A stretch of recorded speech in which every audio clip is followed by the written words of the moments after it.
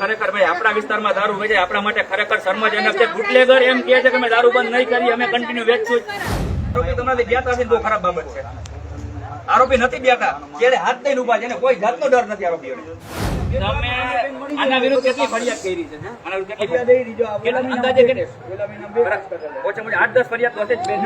વધારે 8-10 ફરિયાદના આધારે તમે તમારા પીઆઈ ને કેવળ તમે પાસાની તમે કાર્યવાહી કરો। પણ આ બેન છે 14 વર્ષથી 22 વર્ષના ઉંમરના જે નાના નાના યુવાનોને જે બગાડે છે ને, પણ સાવ તો બંધ તો કરવાનું નથી। તમને ખબર છે, તમે કાલે આવશો એટલે કાલે ચાલુ હશે। હું તમને કાલે રેડ પાડીને બતાવીશ કે કાલે ચાલુ છે।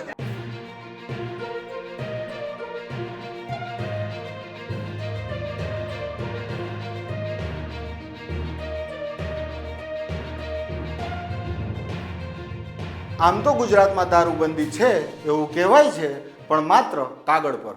કારણ કે જામનગરમાં ફરી એકવાર દારૂના અડ્ડાનો પર્દાફાશ થયો છે, જનતા રેડ થઈ છે। બુટલેગરોને કોઈ પણ જાતનો ડર નથી રહ્યો અને પોલીસ માત્ર કેસ કરી હાથ ખંખેરી રહી છે। જાણીએ શું છે સમગ્ર ઘટના। નમસ્કાર, હું નરેશ ચાવડા અને આપ જોઈ રહ્યા છો આઝાદ સત્ય।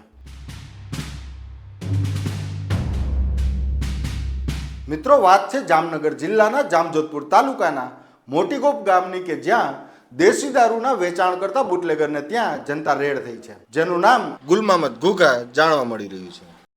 આ રેડ જામનગર જિલ્લાના યુથ કોંગ્રેસના જિલ્લા ઉપપ્રમુખ દેવરાજ ગોહિલ અને મહિલા કોંગ્રેસ પ્રમુખ કૃપાબા જાડેજા દ્વારા કરવામાં આવી છે।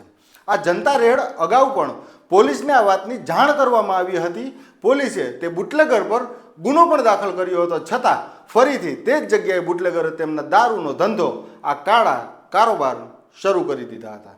કોની રહેમ નજર હેઠળ આવી હાટડીઓ ચાલે છે? આ બુટલેગરોને એવું તે ક્યુ પીઠબળ મળી રહ્યું છે? આવા નશાના કાળા કારોબાર કરતા કોઈના બાપથી ડરતા નથી।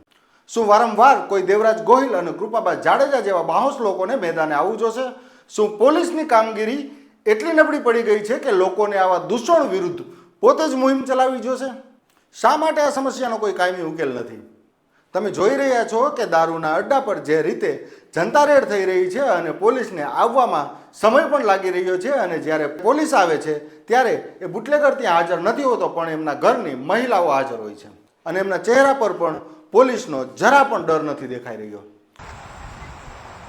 જામજોધપુર તાલુકાના મોટીગોપ ખાતે આ ખુલ્લેઆમ દેશી દારૂનું વેચાણ થઈ રહ્યું છે, આ કોની રહેમ રહે થઈ રહ્યું છે, ખરેખર એક તપાસનો વિષય છે। આની પહેલા પણ અમે પોલીસને જાણ કરી હતી કે જામજોધપુર તાલુકાના મોટીગોપ ખાતે દેશી દારૂનું વેચાણ ચાલુ છે।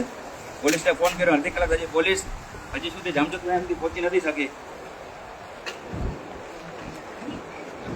સાહેબ, આની પહેલા પણ આપણે જાણ કરેલી હતી કે જાણ કરેલી કે સાહેબ એ તો માહિતી માંગી લેશ કે આ મોટીગોપમાં કેટલી રેડ પડી છે, કેટલી ફરિયાદ થઈ છે। પણ બેન, આ વિસ્તારમાં દેશી દારૂ ચાલુ છે, વહેલી તકે તમારે બંધ કરાવવો જોશે। હપ્તાનો પછીનો પ્રશ્ન છે, પણ બેન અહીંયા દારૂ ના વેચે બંધ કરાવવાની જવાબદારી તમારા પીઆઈ ની હોય છે। અમે બંધ કરાવવાનું કહીએ છીએ, એ તો પુરાવા ગ્રામે તમે નથી હપ્તો લઈએ છીએ, પુરાવો તમે ગોતી લેશું, પછીનો પ્રશ્ન છે। આજ તમે જો આજ 22 18 વર્ષના દીકરા રોડ ઉપર પડ્યા છે, એની ઘરવાળીઓ કામે જાય છે, કેટલી દીકરીઓ અત્યારે વિધવા થઈ ગઈ।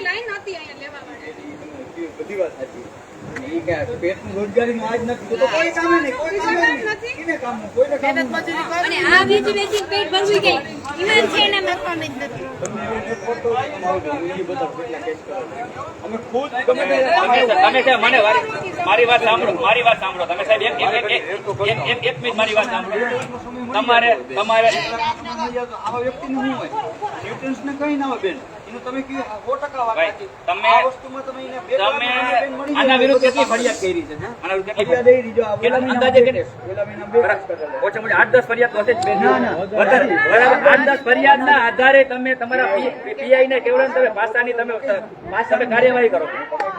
ખરેખર ભાઈ આપણા વિસ્તારમાં દારૂ વેચાય આપણા માટે ખરેખર શર્મજનક છે। બુટલેગર એમ કહે છે કે અમે દારૂ બંધ નહીં કરી, અમે કન્ટિન્યુ વેચશું।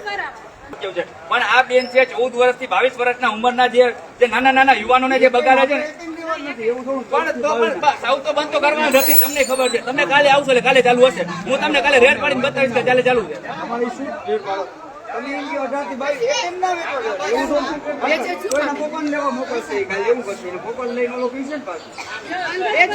પણ આ વસ્તુ મને વહેલી તકે આ મોટી ગોપની અંદર મને હવે ફરિયાદ ન હોય કે કયા દારૂ વેચાય છે. ત્યાર પછી મને ફોન બીજે તમે રેડ પાડી ગયા ને બીજા દિવસે ફોન આવ્યો હતો કે ભાઈ આ દારૂ વેચાય છે. બીજા દિવસે આવ્યો હતો. તમે મને મોટી ગોપ બંધ કરી દો તો અમે તમારા કાયમી રોની રહેશું. અમે તમે રિક્વેસ્ટ અમે તમને ઓર્ડર કરીએ કે તમારે કરવાનું છે સાહેબ, પણ અમે નથી કરતા. પોલીસ પ્રેમી છીએ, અમે તમારા મિત્ર છે, તમે અમારા મિત્ર, તમે રિક્વેસ્ટ કરીને કહે છે કે તમે આ બંધ કરી દો. જો મેં તમને પહેલા સાહેબ એક જ વાત, હું પોલીસ પ્રેમી વ્યક્તિ છું, મને તમારાથી કોઈ જાતની તકલીફ નહીં, તમે દુશ્મન છે, પણ તમે આ વસ્તુ છે ને સાહેબ આ આરોપી તમારાથી બેઠા છે ને બહુ ખરાબ બાબત છે. આરોપી નથી બેઠા, ચેડે હાથ દઈને ઉભા છે ને કોઈ જાતનો ડર નથી આરોપીઓને. હા ઈ બંધાય. ત્યાં તમને ખ્યાલ આવે ત્યાં તમે એક ગાડી દે વિરોધ જ કરો. કોઈ એવું કે મારી રેડ કોઈ ઈ નથી દેખશે. એમ ભાઈ રજૂઆત કારણ પરિવર્તન નથી. હવે કોર્ટ મહિના મેં ખોટો હતા અમે એ વાત જોઈને થાય અમે એવું આટલું જોઈએ.